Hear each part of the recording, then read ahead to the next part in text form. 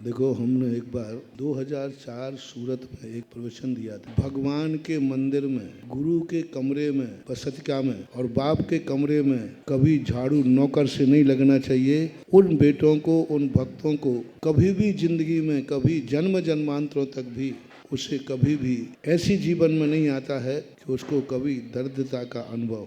फिर से कह रहा हूँ, भगवान के गर्भालय मंदिर में तुम बड़ा महाराज थोड़ा छोटा कर दो, हालांकि छोटा कर, भगवान के गर्भालय में फिरोजाबाद के छदामी लाल जी थे, उन्होंने कभी गर्भालय में दूसरे से झाड़ू नहीं लगाई, स्वयं लगाते। भगवान के गर्भालय में कभी भी झाड़ू पोंछा नौकर से, माली से नहीं होना। गुरु के कमरे में, गुरु की बसतिका में कभी नौकर से झाड़ू नहीं लगाना। गुरु के कमंडल में कभी नौकर पानी नहीं दे, गुरु का कमंडल कभी नौकर नहीं उठावे, गुरु को आहार कभी नौकर, उस समाज में कभी दर्दता नहीं आ सकती इतना काम करने मात्र से। और बाप के कमरे में, माँ बाप के कमरे में कभी नौकर से झाड़ू नहीं लगाना। माँ बाप के कमरे में माँ बाप की रोटी भोजन नौकर व्यवस्था ना करे। माँ बाप के लिए रोटी नौकर के हाथ की नहीं मिलना चाहिए। बहुत बड़ा प्रश्न है महानुभाव, आज बहुत बड़ा प्रसंग है, सारा लोग सुने।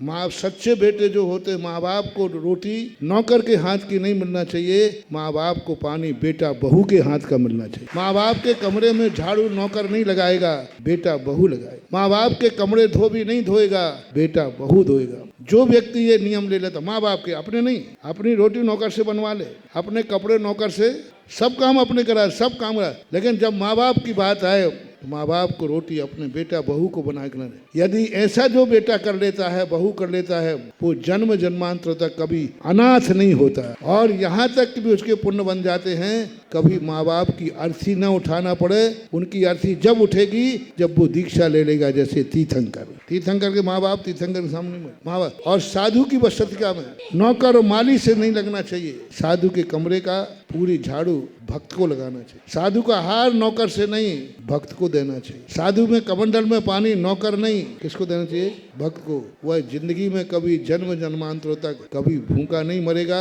और ऐसी बीमारी नहीं होगी कि वो भोजन पानी को तरस जाए और खाने को न मिले। और ऐसे ही मंदिर में नहीं होना चाहिए। तो ये कार्य होना चाहिए। तो ये कार्य एक बार 2004 में सूरत में हुआ था। दो लड़के, मुझे 4 महीने में पता नहीं चला। जब मैं आऊँ कपड़ा बिल्कुल साफ मिलता था, तो मैं बार बार कहता यहाँ के माली बहुत अच्छे।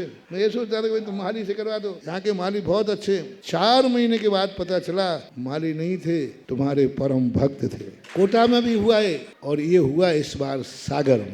मुझे अभी पता, 4 महीने मुझे पता नहीं। इन्होंने कहा तुम लोग तो क्या महाराज की थोड़ी सेवा करते। महाराज जी मैं ही कर रहा हूँ आपकी। अरे लोग कहे महाराज को बताओ कि सारे चतुर्मास की व्यवस्था में मैंने कितनी मेहनत की है। ये भाव आ जाता है। मुझे नहीं पता कि 4 महीने में कमरे में कौन सफाई करता था, बिल्कुल एकदम साफ मिलता था। और सागर के इन बच्चों ने ऐसी सेवा की है, पूरी कमेटी एक तरफ, पूरा चतुर्मास एक तरफ और ये बालक तीनों एक तरफ। जो किसी को बताए बिना कमरे में झाड़ू नौकर ने नहीं लगाई, कमरे में झाड़ू पोंछा दोनों टाइम इन बच्चों ने किया। और यही वस्तुतः आज ये 3 बातें मोटिवेशन के रूप में आप दी। माँ बाप की कोई सेवा नौकरों के भरे से मत छोड़ना। माँ बाप को पानी की जरूरत है, तुम घर में हो तो नौकर से मत दिलवाना, अपने हाथ से देना। जाओ, यही तुम्हारे अनाथ पने से बचा देगी।